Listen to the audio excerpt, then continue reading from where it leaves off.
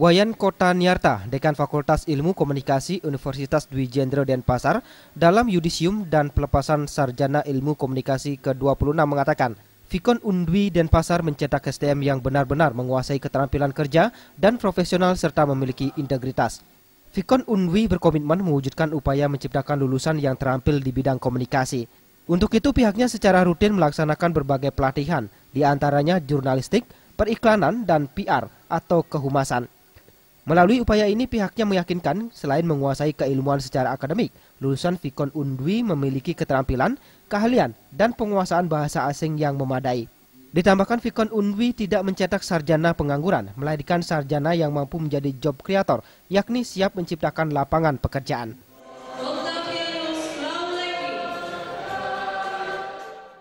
Di kampus ini kita sudah proyeksikan bahwa mahasiswa tidak hanya belajar semata, tetapi juga dia diberikan wawasan tentang kewirausahaan.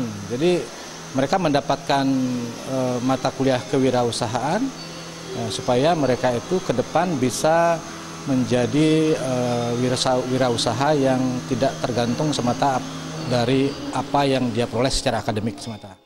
Wayan Kotaniarta juga mengatakan sebagian besar lulusannya telah bekerja.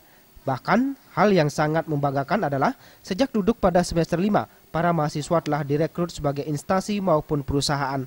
Mereka diantaranya berprofesi sebagai humas maupun jurnalis, serta sebagai penyiar radio maupun televisi.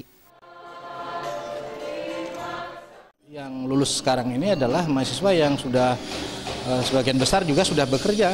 Jadi kami tidak memperpanjang barisan pengangguran lagi secara intelektual itu, karena begitu dia masuk semester 5 itu sudah ada banyak tawaran kepada mereka, apakah di media massa, apakah di pemerintahan swasta, di hotel dan sebagainya. Banyak tenaga-tenaga yang dibutuhkan dari profesi komunikasi ini.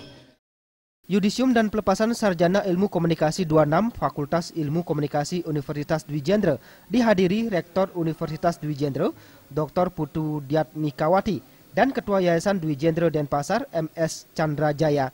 Dalam kesempatan tersebut diserahkan penghargaan bagi yudisiawan terbaik, di antaranya Putu Yunitasari dengan IPK 3,64, Isra Widiari Aridita dengan IPK 3,61, dan Gusti Agung Pancadewi dengan IPK 3,55.